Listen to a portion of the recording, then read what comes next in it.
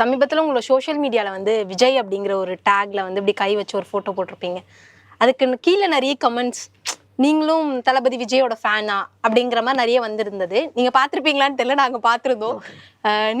நீங்கள் அந்த ஃபோட்டோ போட்டிருந்தீங்க. அது என்ன உண்மையான ஃபோட்டோ? உங்களுக்கு விஜய் அவர்கள் எவ்வளோ பிடிக்கும்? எனக்கு விஜய் சார் ரொம்ப பிடிக்கும். ஜென்ரலாகவே அவர் படங்கள் அவர் எவ்வளோ செலிப்ரேட்டடான ஆர்டிஸ்ட்டு, செலிப்ரேட்டடான actor, now into politics as well. ரொம்ப ஒரு பொறுப்புணர்வு கொண்ட ஒரு மனுஷன். ஒரு கெரியரோட உச்சத்தில் வந்து இந்த மாதிரி ஒரு முடிவு எடுத்துட்டு மக்களுக்காக சேவை செய்ய போகிறன்றது ஒரு பெரிய விஷயம். யாருக்காக இருந்தாலும் அது ஒரு சம்பாதிப்பு தானே. ஹூல் சே நோட்டு மணி. யாருக்காக இருந்தாலும் காசு கொடுத்தா இந்த மாதிரி நல்ல படம் வந்து அமைஞ்சா பணம் தான் போகிறாங்க. பட் அந்த மாதிரி ஒரு கட்டத்தில் இருக்கும்போது ஒரு முடிவு எடுத்து நான் மக்களுக்காக ஒரு 10 விஷயத்தை செய்யணும். ஜெயிக்கலன்றதை தாண்டி பண்ணுன்ற ஒரு உணர்வு இருக்கு இல்லையா, ஏதோ ஒரு ரூபத்தில். That is something appreciable. But in general கூட அவரோட படத்தை ரசிக்கக்கூடிய ஒரு பெரிய ஆள் தான் நான். ஃபர்ஸ்ட் டே ஃபர்ஸ்ட் ஷோ போயிருக்கிறாங்க. எனக்கு அதே மாதிரி அஜித் சாரும் பிடிக்கும்.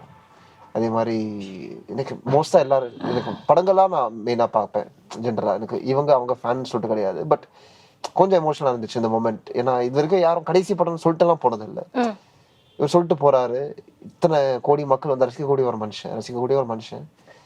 அண்ட் போகும்போது லேஸாக கொஞ்சம் எமோஷனலாக இருந்தது. அப்படிங்கிறதால எனக்கு வந்து ஒரு ட்ரிபியூட்டாக ஒரு ஹோமேஜாக அது போடணும்னு தோணுச்சு, போட்டேன். ப்ளஸ் அது வந்து அவரோட வீடு தான். ஆக்சுவலாக அவரோட வீடு தான் இப்போ நம்ம சாலிகிராமத்தில் ஆஃபீஸாக யூஸ் பண்ணிருந்தோம்.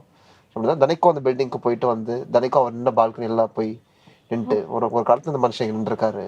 மறுபடி ஜனங்களுக்கு வந்து வெயிட் பண்ணியிருக்காரு, பார்த்துருக்காரு. இங்கேருந்த ஒரு மனுஷன் தான் இப்போ அங்கே போய் நின்றுருக்காரு. அப்படிங்க ஒரு சில வாடி யோசிக்கும் போது கோல்வம்சம் கொடுக்கக்கூடிய ஒரு விஷயம் தான்.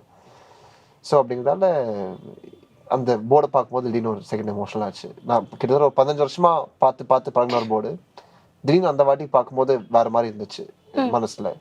அப்படினாலும் ஒரு போட்டோ எடுத்தேன்.